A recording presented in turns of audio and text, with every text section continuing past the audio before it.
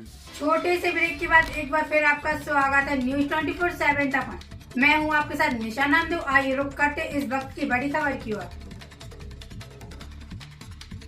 नागदा में विश्व हिंदू परिषद दुर्गा वाहिनी का मालवा प्रांत का 7 दिवसीय शौर्य प्रशिक्षण वर्ग नागदा के लक्ष्य इंटरनेशनल पब्लिक स्कूल में आयोजित किया गया, जिसमें वर्ग के चौथे दिन विश्व हिंदू परिषद के प्रांत संगठन मंत्री खगेंद्र भार्गव का हमारे गौरवशाली इतिहास पर मार्गदर्शन प्राप्त हुआ। भाई साहब ने अपने वक्तव्य में कहा कि मुगलों एवं अंग्रेजी आक्रांताओं के कारण आज का भारत किस प्रकार आत्महीनता की ओर अग्रसर होकर हमारे गौरवशाली इतिहास को भूलता जा रहा है। बौद्धिक सत्र में प्रांत शक्ति साधना केंद्र प्रमुख बबीता बैरागी, मुख्य शिक्षिका निहारिका ठाकुर, शारीरिक प्रमुख दीपांशी उपाध्याय, बौद्धिक प्रमुख टीना शर्मा, सह बौद्धिक प्रमुख रानी व्यास, वर्ग व्यवस्था प्रमुख मानसी उपाध्याय, तनु सिसोदिया, हिमांशी चंदेल, जयश्री भाटी आदि उपस्थित रहे। यह जानकारी दुर्गा वाहिनी प्रांत संयोजिका ज्योति प्रिया शर्मा ने दी। क्योंकि संगीत भी है, गति भी है, भाव भी है, 3 दिशाओं में काम करने का जो कल्पना है 3D में, वो भारत में ही करते हो, कहीं करते ही नहीं। तो संगीत में भी नंबर 1 भारत था। वो कैसे?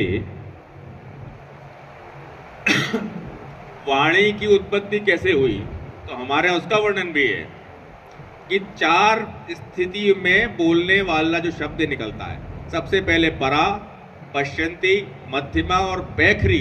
बैखरी शब्द से हम बात करते हैं। सबसे पहले आत्मा में कोई भाव आता है, उसको बोलते हैं परा।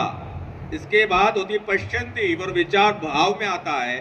भाव से फिर क्या शब्द बोलने हैं वो दिमाग में जाता है, पश्यंती बोलते हैं। इसके बाद वैखरी के रूप में प्रकट होता है सामने। ये हमारी भाषा का पीछे का विज्ञान है, संगीत का विज्ञान है।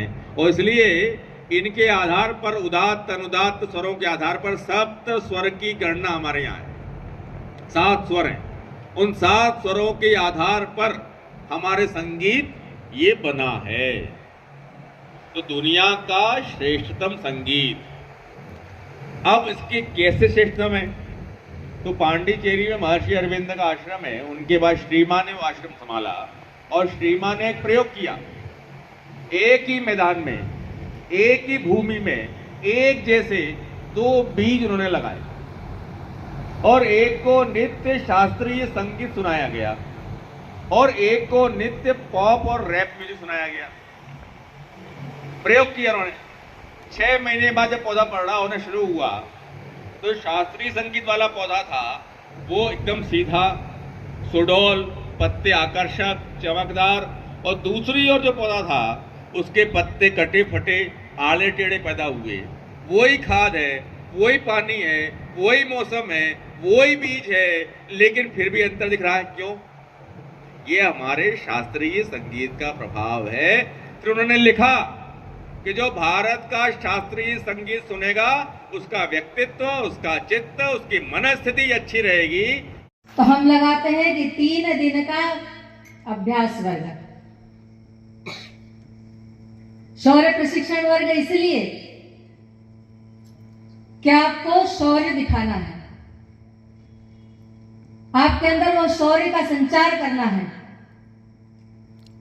और केवल आपके ही अंदर नहीं, अपितु समाज में ऐसी विसंगतियां हैं या ऐसी आसुरिक प्रवृत्ति है जो हमारे सामने निरंतर किसी न किसी रूप में आकर खड़ी होती है। उस आसुरिक शक्ति का नाश करने के लिए ही यह वर्ग का आयोजन है। और दीदी ने अभी बताया था, ज्योति दीदी ने, कि आकस्मिक आपदा या विपदा हमारे सामने आती है तो उसका सामना कैसे करें, इसलिए यह वर्ग लगा है।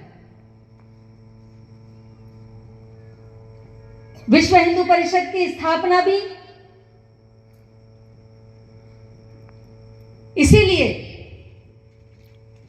कि हमारे विश्व में जहां जहां हिंदू समाज रहता है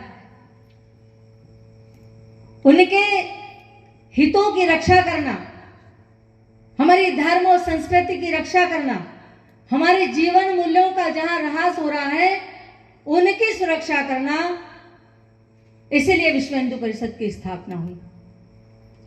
और स्थापना भी इस पवित्र स्थान पर और पवित्र दिन हुई। वास्तव में ये बहुत बड़ा संयोग था। भगवान कृष्ण ने कहा गीता में, यदा यदा हि धर्मस्य ग्लानिर्भवति भारत अभ्युत्थानम धर्मस्य तदात्मनां सृजाम्यहम्। कहा कि जब जब इस धरती पर हानि किसकी होगी, धर्म की हानि होगी, तब तब मैं अवतार लूंगा।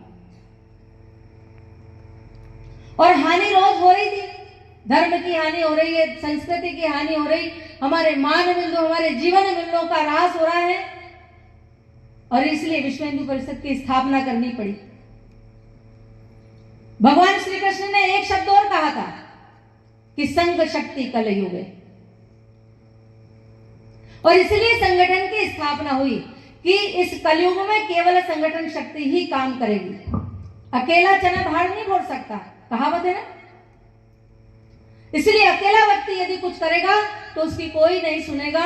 जब हम संगठन में हम काम करेंगे तो निश्चित ही हमारी सुनी जाएगी, और हमारा जो काम है, जो हमारा लक्ष्य है, जो हमारा संकल्प है, हम उसको पूरा कर पाएंगे।